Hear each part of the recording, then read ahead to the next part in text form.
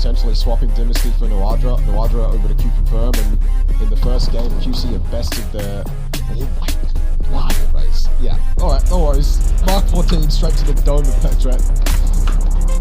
Maybe a little bit more difficult for QC to make this work than we thought, but they're still fighting back. They're hitting such sharp shots right now. They've just got to be careful of DCE on the flank. They are. He does get knocked to the blue. Nuadra knocked in turn. This is turning into an absolute mess, and a mess that FW are going to look to clean up nicely.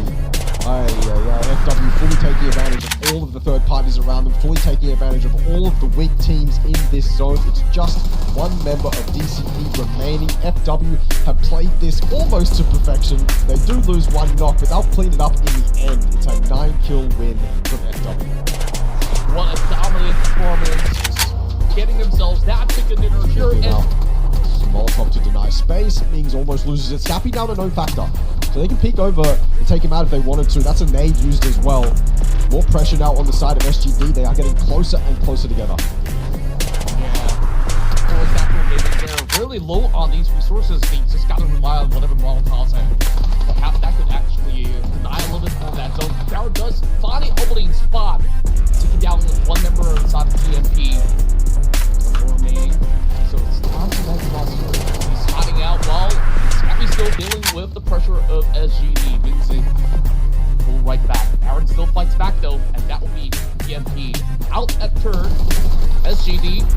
Members advantage, but oh, what a shot that was! Lucas Najee can dodge it. The right moment. But now, SGD, they're only into that tight corner. What is it? They supposed to do this time around. Little Olympus finally getting that catch. Two members left, and he's going for Oh my! Could this be it? Olympus, 12 HP left, as they will secure the winner chicken dinner here in game 2. It's Thailand sure.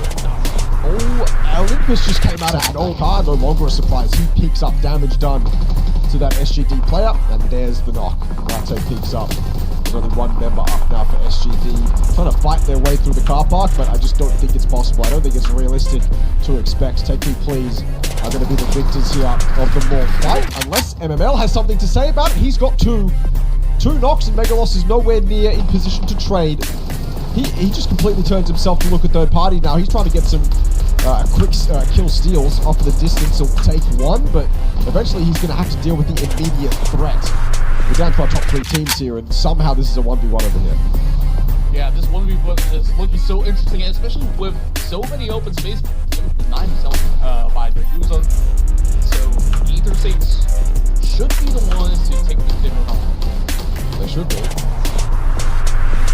Megalos is going to have a very difficult time pulling off this 1 versus 4. Looks like he's got plenty of resources to make whatever play he wants to make. If he has an idea in his mind, I'm sure he's got the smokes and nades to pull it off, but at some point you just have to run in the open. Sylphia is very close up, ready for Megalos to peek out of that smoke, and he gets him in an instant. E36 claim a win here in game 3. Such an important recovery round for Enderforce Stakes, where they have had a lot of trials as well as tribulations through these matches. Well, it's messy, but SGD come out on top. Every other team in the lobby is licking their lips right now. They smell blood in the water. SGD, they were the strongest team, and now we're in our top 4. They've become one of the weaker ones. Yeah, and now they only lost one member throughout. The resets have not gone through just yet. FW still licking their wounds. FW so far playing it rather safely throughout the course of the matchup. But here we go. First time arrives straight towards the crosshair of PJC members. So all long X goes back straight to the open arms of 6 sacks. FW made their way across here in perfect timing. They've got a very interesting opportunity here that they can certainly capitalize on. Oh, Jervis. They may as well. Oh, he's got him all lined up. Quickly going for those Mark 12 taps. There's one of the enemies, and we'll eventually deal with the other member as Jarvis is absolute enough to eventually steal this off of the back of the hands of SGD. So far, it's been super dominant from the Malaysian squad, but FW Esports, they've gotten the for first run, and now Funky spotted out the moment he steps out. And Kane coming in for the flank. It's not looking good for 6 sack. Banana 1, they need him right.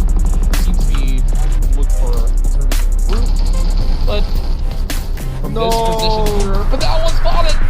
Oh, this is gonna be a goner right now for FW, unless something magical happens from that portion of the map. That leaves FW stranded without a lifeline.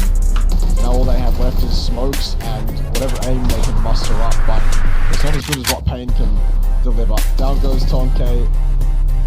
One member up now for FW. A 7.6% winner chicken dinner. Yeah, I'd agree with that. That sounds realistic to me. As the blue approaches, I think that signals the end. Pain gets his flush, and down goes FW to the blue. SGD came to play today. That's a win on Tego.